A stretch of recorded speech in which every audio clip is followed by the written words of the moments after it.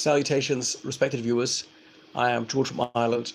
So this video is about the Kremlin's denial of Ukraine's existence, because it was only yesterday that Putin's former point man on all things Ukrainian, Vladislav Surkov, said that the Ukraine does not exist, which is of course a hideously offensive thing to say about another nation, Ukraine, which has not taken any offensive action against Russia, and indeed has been the victim of sustained aggression by the Russian government for at least 6 years. The Russian government obviously interfered in its elections way back in 2004, tried to subvert legitimately elected government, attempted to poison the then president of Ukraine, Lukashenko. You can see how this handsome young man suddenly became terribly disfigured, had to be rushed to Austria for life-saving treatment. Now, the Russians will say, oh no, it wasn't us, but there's only one government I know which has persistently poisoned its enemies at home and abroad, and that's Russia. I can't think of any other government that's done that. Can you think of any other government that's done this?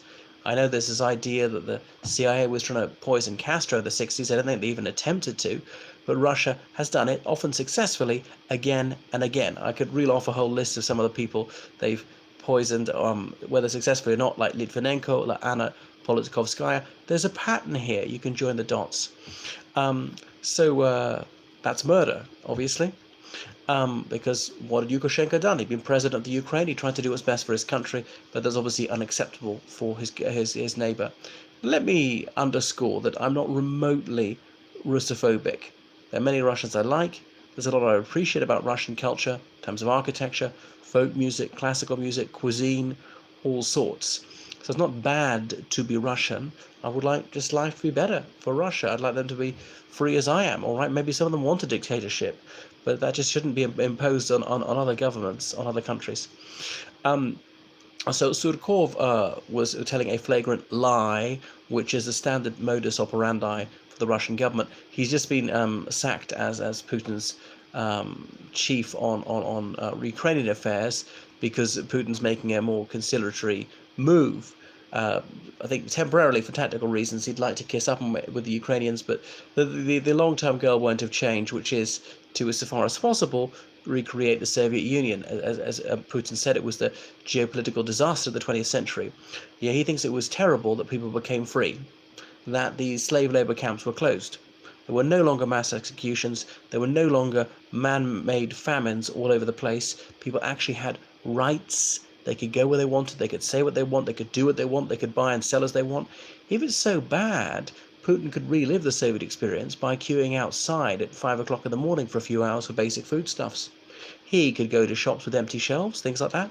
He could have to make do with really shoddy goods and services. He could be sent to a labor camp for a crime he didn't commit. That would be reliving the Soviet experience, or have himself starved to death, or something like that. Have himself tortured until he had to falsely implicate other people in a crime which did not occur. So there are aspects of the Soviet Union I admire. There are things I appreciate, like spreading literacy, bringing gender equality, an end to religious fundamentalism. Sadly, Putin's brought some of this back, like religious fundamentalism. Uniquely privileging religion can't be criticized. So he's bringing back unfreedom. But going back to the Ukrainian issue. So Ukraine is a sovereign state. Everybody knows that. It's got embassies around the world, including in Russia. And if it's not an independent country, why on earth have diplomatic relations with it? There's a lot of doublethink coming out of the Russian government. Now, Surkov, does he have Putin's approval for what he said? Well, I suspect he does have his imprimatur. I don't think he'd say it without his imprimatur. Put it this way. Can you ever think of an example of a Kremlin official who'd just been sacked, who said anything that the president didn't like? I can't. If you know some examples, I'd like to hear about them. So Ukraine has been recognized as a sovereign country by Russia, just like Russia's been recognized by Ukraine. So it is legally and in every other sense an independent country. And it's true, there's some commonality between the two.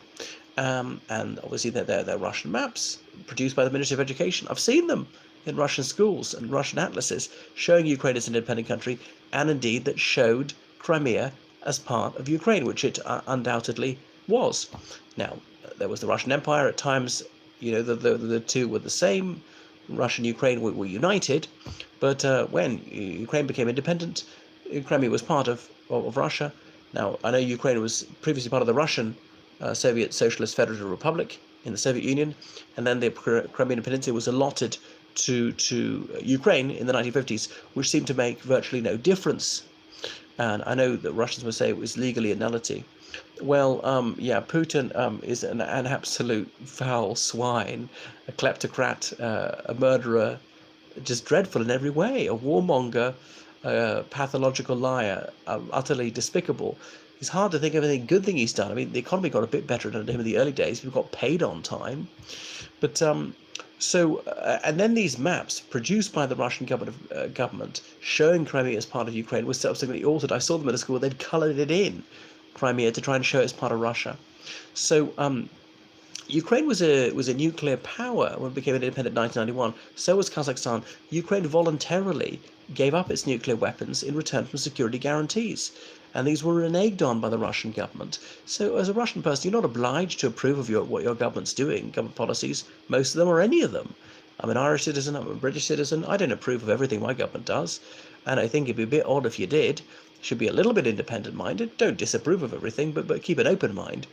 You're not personally under attack. Your country isn't being insulted if I make a reasoned critique of a grossly unfair and imbecilic policy wrought by the government of the day. But unfortunately, Putin's trying to bring back this tradition of blind loyalty, of no distinction between party and state, because he's a totalitarian at heart. He'll have a sham democracy with charades of elections. And look, in Ukraine, they have genuine elections. The Russian government, they thought that Poroshenko might win last year. So Russian state media was putting out these completely bogus stories. Poroshenko printed several million ballot papers, extra ballot papers, to stuff ballot boxes in his favour. And that story was dropped as soon as the election was over. I never heard anyone say that a single false ballot paper was cast on his behalf. It was a fair election, and he lost, and he accepted that, and there was a completely smooth transition of power. And Zelensky's there, and there we are. Now, for Putin, that must be a very worrying example that a sitting president can be defeated, that people can have real power at the ballot box, because he doesn't want that. He wants his kleptocratic clique to be able to terrorize people. Now, he's not going to do it on the scale of Stalin. Times have changed. There's technology to help him. Plus, people will be exposed to the free media abroad. People have travelled abroad and come back. They've got friends abroad, and they've just left the country. So it's not so easy to use mass state terror as it was. It's so easy to use huge lies to brainwash people. But he's had some success with that. Anyway. So the Ukrainians, they bent over backwards to accommodate Russia in all sorts of ways since Ukraine became an independent country, allowing the Russian Black Sea Fleet to stay there and doing other things, such as making Russian a co-official language, particularly of Ukraine and of Crimea and Tatar and things like that. So anyway, you see, I looked at the Baltic states like Latvia, Lithuania, Estonia, and see what Russia could have achieved. These are tiny countries. Nobody else speaks their language. And they have no precious resources. They have many disadvantages. And yet they prospered so much. They're free countries with real elections, with an independent judiciary, with the rule of law, with very little corruption. And they've become rich just through good governance, education, the rule of law, and so on. And Russia could have achieved so much more if it wasn't a tiny clique lording over the people, making them live in relative poverty, basing it all on hydrocarbons, spending huge amounts on defence which they don't need, supporting all these securocrats, having far more police than they really need, and the police is being used to brutalise peaceful dissent, holding political prisoners by the thousand. Anyway, it's terribly dispiriting. What a huge waste of potential. And Russia has been one of the most unequal societies. Putin is nostalgic for communism. He was once a member of the Communist Party in the 90s, slagging off communism when it was popular. If you really think communism is good, give away your private property. But you certainly don't want to return to that. Remember, I was in Russia for the centenary of the October Revolution. The silence was deafening. The elite certainly don't want the abolition of private property. They love capitalism. And so I came across this doublethink a lot. You know, a teenage pupil of mine, so nostalgic for communism, and yet he's a very acquisitive and a very selfish capitalist, very rapacious capitalist. And I pointed out to him that apart from, say, food, almost everything he bought was imported, even some of his food. The books in the Russian language are often printed in China. So you would be able to get almost nothing from abroad in the Soviet era. Oh, well, make good Russian goods. Well, buy them. You don't. And on and on. So it's very close-minded nationalism. And that's the thing is about communism. It's supposed to be internationalist and ended up being hyper-chauvinistic. So Ukraine certainly does exist. We can go into the history of the Ukraine in just a little bit. And Russia exists as well. But these points are debatable. And on Crimea, I acknowledge there's a certain logic to Russia's case, as it had been part of Russia at some point. By a stroke of the pen, it was shifted from Russia to Ukraine. And that seemed to have no legal effect at the time, because it's all the Soviet Union. And most people there are ethnically Russian. Most people speak Russian as their first language. Being ethnically Russian and speaking Russian as your first language are not the same thing, though. You could be ethnically Ukrainian and still speak Russian as your first language. Since the 90s, some ethnic Ukrainians have moved back to the Ukrainian language as their primary language. Some of them always had Ukrainian as their primary language. Obviously, the Ukrainian language declined hugely from the 1930s, when it was hardly taught and almost nothing was published in Ukrainian. Remember, Ukraine was briefly independent after the First World War, and the Red Army faced fierce resistance there. So that's why the Soviet government always thought that Ukrainian nationalism was a mortal peril to them. Anyway, so obviously Russia invaded Ukraine in 2014, completely unprovoked. They'd taken no action against Russia. And why did Putin launch this invasion of Crimea? He said there would be Srebrenica if we hadn't done so. Well, there's absolutely no evidence there was any anti-Russian violence there at all. The only violence was when his army invaded. They lied and lied and lied. The Kremlin told the most barefaced lies, saying that these are not our soldiers. They were Russians arriving from Russia, speaking Russian, in Russia army uniforms, insignia removed using Russian army issue weapons. And yet the Kremlin claimed that these were not Russian troops. So the most flagrant lies were told, like just so many Russian government statements, outright stinking lies. And then they suddenly boasted with fanfare that they were Russian troops, that they had invaded. And they say, oh, well, the United States invaded Iraq. Yeah, and the United States said so, doing it pursuant to UN Security Council resolutions for which Russia had voted. I know there's much controversy. Was it the right thing to do? Was it the wrong thing to do? But the United States told the truth that its troops were going in there. The United States never claimed that an inch of Iraq was legally part of the United States, and on and on.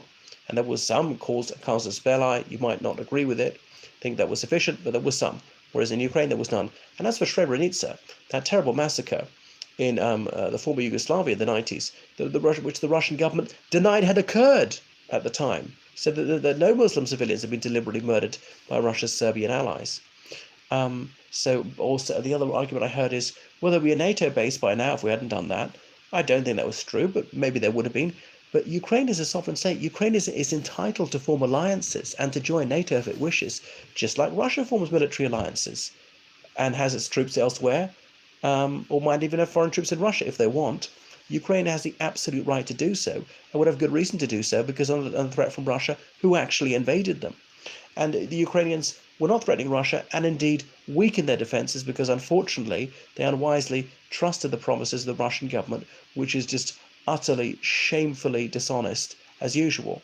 Cyber attacks launched on Ukraine, been launched against the Baltic states, been launched against Georgia by Russia. I know the Kremlin will say, well, if you can't prove it absolutely certainly, well, then there's no shred of evidence. There's ample evidence, but no, it's usually not absolutely certain. At the same time, the Kremlin will advance these specialist claims all the time, with flimsy evidence and none at all. So assassinations carried out in Ukraine, including gallant Russian dissidents who moved there. The Russian Duma was asked to vote, did they accept the absorption of Crimea into the Russian Federation. Only one voted to say speak about his unacceptance of this annexation. He fled to Ukraine, and there he was murdered sometime later, almost certainly by agents of the Russian state. So this is a obviously terrorist regime killing people abroad who committed no violent act, and under a 2006 law, the Russian government is entitled to kill anyone in the world, at home or abroad, who's an extremist. They haven't done nothing to prove that they've done anything, they've broken any law, not been charged with any crime, not been convicted of any offence, to be killed because they're a so-called extremist, as in you hold an opinion that Putin doesn't agree with. What's the definition of an extremist? There is none. If he says you're an extremist, you are one. Isn't he the extremist, not other people, to say that he's got the right to kill the entire world because they don't share his opinion? So it's vile, and it's so depressing. So the Russian state media has constantly demonized the Ukrainians, suggest that most of them are fascists, and very few of them are fascists. Only about 2% of them vote for fascist parties. Obviously, the Kremlin's definition of a fascist is not wanting to be oppressed by Russia, would actually be valuing freedom of expression and fair trials, and recognizing the Holodomor, as in the man-made famine which occurred in Ukraine in the 1930s. So, as for fascism, obviously Putin is so nostalgic about the Soviet Union, claims to be the successor state of the USSR, and Russia is the principal successor state of the USSR. Ukraine is too, Kazakhstan is too. All these countries took part in everything the Soviet Union did, whether good or bad. It's primarily Russia because they're the biggest, they're the capital, so like the language, and they were disproportionately represented in the top echelons of communism. But anyway, the Soviet Union was an ally of Nazi Germany in 1939. Conspired to invade Poland, and indeed did invade Poland along with them, helped the Third Reich a lot, giving them a naval base in the extreme north of the Soviet Union, and selling them all sorts of material they needed for war. The NKVD, that's the Soviet secret police, and the Gestapo, having several meetings, and indeed a month after the subjugation of Poland, the Soviet Union and the Third Reich signed a treaty of friendship. Yes, that was the word used, friendship. So Putin has nuclear weapons. You're right. Iran has none, but that's neither here nor there. That's not relevant right now. So anyway, the Soviet oppression was so appalling that some people thought that the Nazism might not be so bad. Obviously, the Soviet government lied them up just so much. Perhaps Soviet propaganda traducing Germany was also bogus. No, it was largely true, actually. But until 1939, the Soviet Union was more oppressive than Nazi Germany. How many people had been murdered in Nazi Germany by the time the war broke out? Several thousand, probably. Whereas in the Soviet Union, it had been millions. I mean millions. Not exaggerating, millions. These man-made famines, particularly around 1932, in Ukraine, in Russia, in Kazakhstan, but proportionally hit Ukraine perhaps the hardest, although in Kazakhstan there might have been up to a third of the population killed, not due to a particularly severe winter, nor a drought, nor flooding, nor any pest amongst livestock, nor any blight amongst crops. No, it was entirely state policy, a state which tried to control every single gram of food production and consumption, and largely succeeded.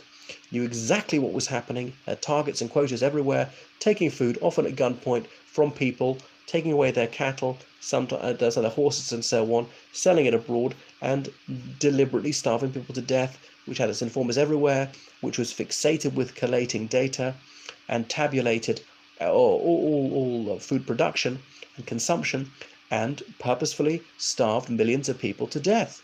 Even increased the quota they demanded from people, denied there was any starvation, refused food aid, refused to let people leave stricken areas, had roadblocks to prevent it, and knowingly made the situation far worse. Not an anti-Ukrainian thing as such. It hit Russians, it hit Kazakhs, it had other ethnic groups too, but that was genocide. The Soviet government deliberately inflicting genocide at its own people. That's Stalin, whom Putin so gushes about. He's so effusive about Stalin, who so weakened his people by killing millions of them. And even those who survived the war had been enfeebled by this policy of willful starvation. So why would somebody want to be part of the Russian Federation? They're not at the moment. As I say, there are lots of wonderful things about Russian culture. Some Russians are very hospitable and so on, but it's just such an unfree country, sadly, which doesn't have free speech, where you can't criticize the armed forces or really criticize the president or really any public official. That's injuring their feelings, causing them moral damage, as it's defined, and that's an imprisonable offense. And you cannot upset religious believers. But then there's religious extremism. You can't do that either. You can't require government permission for any protest, any religious procession. Like a Christian minister who led his disciples to a river for a baptism without permission was arrested. No freedom of association, had to get state permission to set up a political party. You can't suggest dividing the country, having independence for a part of the country, where still the Russian government supports the SNP abroad, the SNP which would never be allowed to exist in Russia. So anyway, no freedom of religion. The Jehovah's Witnesses are banned. They're pacifists. They're not dangerous. They're extremists. So that even though they are extremists, they're their rights. Even those Ukrainians who are fascists, about 2% of them, they're still Ukrainians defending Ukraine. Ukrainian, whatever his political view, has the right to defend his homeland. And it's the Russian government which is genuinely fascistic, whereas the Ukrainian government is much better. Right? There are problems there. There is corruption there, but their elections are mostly fair. Their courts are mostly independent. They have greater freedom of expression and all the rest of it. And though it is poorer than Russia, that's mainly because they lack the natural resources, and mainly because they have to spend a lot of money defending their land because they've been attacked.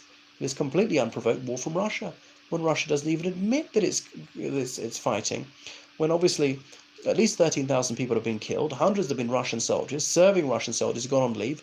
We know this from the Union of Russian Soldiers' Mothers Committee, and we know this from funerals, information published in local newspapers, and Russian journalists reported on this, mysteriously wind up murdered. Dozens of Russian soldiers have been captured in Ukraine, often with their identity cards, and there have been peace talks with Russia. Why is Russia involved? So you see the most blindingly obvious lies told day in, day out by the Russian government, which has got no credibility whatsoever, having told so many absolutely obvious lies on this one issue. Well, the Ukrainians don't wish to be part of Russia. Most of them don't. I realise in the very east, some of them are ethnically Russian, linguistically Russian. A few of them do. I realise that. There would be a case for revising the border, likewise the Ukraine. But submit to the issue to the United Nations. That's what it's there for, to handle these international disputes. But Putin acts as though it's not germane to that, as though it's not an international dispute. And Russia can't guarantee to get its own way. And they know that. I suppose that's why he invaded. So, anyway, I wouldn't want to go back to the Soviet Union, where there were no fair trials, no free speech, no freedom of association, no freedom of religion, no free movement, no free trade, and poverty for most people. I realised by the 1980s it actually wasn't that bad. But you still had to live in fear, and Putin wants to rule by fear, by oppressing people, and you know what fate awaits you if you're a peaceful dissident. At best, you'll be constantly arrested. So the Soviet Union was one of the most unfree and unjust societies in the 20th century. So many wrongful convictions, thousands of people sentenced to death and indeed executed in the 1930s, at least thousands, probably tens of thousands, and they were totally innocent. And we know this from the Soviet government itself, which in the 1950s reversed many of the verdicts which had been imposed in the 1930s. And often it was the same people and a military tribunal examining the cases, often the very same individuals, which then posthumously acquitted people who'd been executed by firing squad. We know that millions of people were sent to the Gulag. Yes, millions, no exaggeration, 50% of whom had no trial at all. So when Putin is so full of admiration for such a grossly oppressive and violent regime, is it any wonder most Ukrainians would really rather not be part of that? But no nations always existed. Surkov said that Ukraine doesn't exist. Nations come into existence at some time, saying, but Ukraine's only been a distinct entity for 700 years. Most nation states have been distinct entities for a much shorter period of time than that. Things change. There's development. We look back 700 years, how big was Russia? Ruled by the Rurikids, this Viking dynasty. It's a distinction between Russia and Rus. Rus, the area kind of really between the Dnieper and the Neva, and that was the original Russia. And then there's this separate word, Rus, as in for those of the Russian ethnicity. And not many people are totally Russian anyway. You speak to them, say, well, actually, I'm a quarter Moldovan, or I'm 1/8 Swedish, or I'm 1/16 German, or I'm a quarter Kalmuk, or whatever. So Russia was in that area in between Kiev, Moscow, and St. Petersburg, and gradually expanded, attacked her neighbours. And Russia had been attacked herself, had been paying tribute to the Golden Horde, well, Danegeld, that's what there's Aradinka Street in Moscow, where the money was left for them by Mr. Moneybags. So it's only in the 16th century that Russians conquered Kazan. So the Russian state was hyper-aggressive. Other countries conquered many countries. The United Kingdom attacked many other countries. So that's why the Russian Federation is comprised of over 70 federal subjects, some of which are homelands for indigenous ethnic minorities with their own languages. That's why there are people in Ingushetia, Dagestan, Chechnya, Bashkirs and Yakuts and Tatars who have origins far removed from that of the Muscovites. What if they want independence? Well, I don't know if they do. Maybe they don't. There is some advantage in being part of the Russian Federation, but they're not allowed to have independence. and any independence party is declared to be illegal, a so-called extremist. But isn't it extreme to deny people the right to form an association if they want? These areas have not become part of Russia by choice. They were conquered. And obviously the Russian army often behaved barbarously, not just killing people in battle, that's fair enough, even as a war of aggression, but deliberately killing civilians in huge numbers, like General Yermolov. There's a street named in his honor in Moscow. And I'm not saying that the Russian army is the only one to have committed massacres. Other armies have committed massacres. The British army has committed massacres. The Irish army not, because we just don't serve abroad, but when we're part of the British army we did. So Putin's saying that Ukraine and Russia got so much in common. They do have some things in common. That doesn't mean they necessarily want to unite. If you really wanted them to reunite, why not treat them nicely? Why not persuade them instead of invading them? Use seduction, not abduction, or seduction rather than rape, really, in terms of constantly insulting them and demonizing this fusillade of lies against Ukraine. And say, yeah, it was once part of the Russian Empire, is not now, is independent a long time ago, okay? And should presumably think the Tsars were bad if you like communism. You see, this sort of double think. Communism is good, the Tsars are good. The two were at loggerheads, absolutely hated each other. Christianity is good, communism is good. Communism, which tried to destroy Christianity. The Russian Orthodox Church, which absolutely anathematized communism. So you can be on both sides at the same time. You can be on both sides of, the Second World War at the same time. That's Putin's so-called logic. So, Russia was part of other empires at the time. The Poles ruled Moscow briefly. Just because it was part of the Russian Empire doesn't mean it is now. That's over. Ukraine has been recognized as being independent. I don't believe in Christianity. Do I see a similarity between the UK and Ireland conflict? Well, there is no UK and Ireland conflict. No, I think it's an unhelpful analogy to draw. So, the Poles were something similar to Russia. There was a language a bit similar, so they should be part of Russia. No, I don't buy it, just because the languages are linguistically related. Their etymology is similar. Russia was very, very oppressive to its own people for a very long time, and even more so to the ethnic minorities. Only in 1861 was serfdom abolished in Russia, the last country in Europe to abolish serfdom. So people were in semi-slavery, most of them until that time, could be bought and sold, gambled away with a game of cards, just treated appallingly. And unfortunately, the Russian government still has that mentality that people don't have rights, they're just a resource to be exploited. So independence for Ingushetia, Dagestan, the Bashkir people, the Chechens and so on, Yakut people, Tatars, do they want it, do they not? I don't know, but they're just not even allowed to express a view on it. So let's not pretend that Russia's always existed. Certainly its current frontiers, it was much, much smaller. And these people did not become part of the Russian Federation by choice. And if you even peacefully campaigned for real autonomy, you were going in a cattle truck to the Gulag to be a slave labourer, and you may well not survive because of the brutal treatment and the starvation rations. Where is the Hollywood film about that? That ought to be our image of the Soviet Union, of people being beaten to death, of people being severely tortured. And even these trucks to gas people to kill them, that was made of the Soviet Union, not the Third Reich. I know Nazi Germany later copied that, but they didn't actually invent it. And the Nazi Germany was worse than the Soviet Union. I'm not trying to say the Soviet Union was equally bad, but it wasn't that obvious in 1939. The Soviet Union at least had a few redeeming features, particularly towards the end. So Putin's got political prisoners again, sent to prison for holding an opinion that he doesn't share. So that really is appalling, and no wonder he's the big daddy of tyrants around the world and is so fond of them. So it's all very depressing. This conflict's coming to an end just because Ukraine doesn't have the resources or the money or even the fulsome backing of Western countries to defend its territory. Russia was annexed. Luhansk and the Donbass region, as well as Crimea, seem to have got away with this war of aggression. The Russian government illegally occupies part of Georgia, part of Moldova. Now, should these areas, Abkhazia, South Ossetia, should they be allowed to become independent or join Russia? Well, we could discuss it. You could put it to the UN. You might not go your way with the UN, in which case you have to accept it. That's what the United Nations is for. So the famine in Ireland was totally different insofar as it was obviously potato blight. It was a disease which affected the potatoes, and in other countries too. but it affected us particularly in Ireland because on the western seaboard we had largely a monoculture. So the UK government did not introduce this. Why would they want to do that? Why would they want to kill so many of their own people? At least 800,000 people died in the Irish famine. So I think it was rather higher than that. Um, are you? I'm Irish and British. I'm British because I'm Irish. Okay, so I'm from Cork. We're part of the British Isles. I could discuss this in another video. So it was terrible. There was the most appalling suffering in Ireland at the time, and this was meant to be dealt with by the poor law, by local property on a parish by parish basis. That was insufficient. Eventually, London sent over food aid to us, as well as that's the UK government, as well as various charities. But it was too little, too late. It was saved some of us, didn't save enough of us.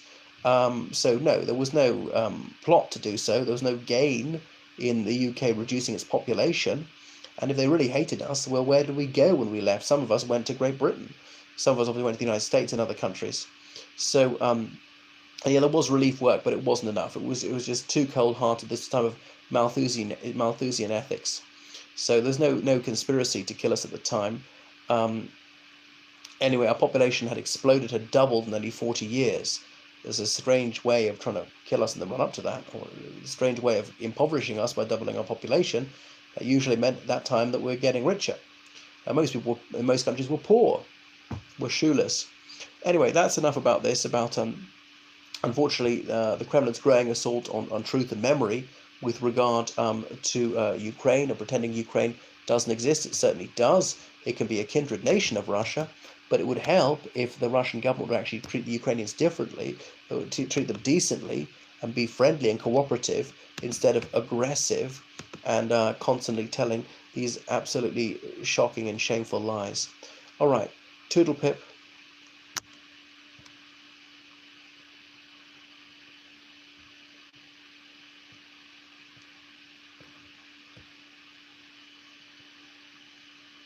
Sign off. Okay.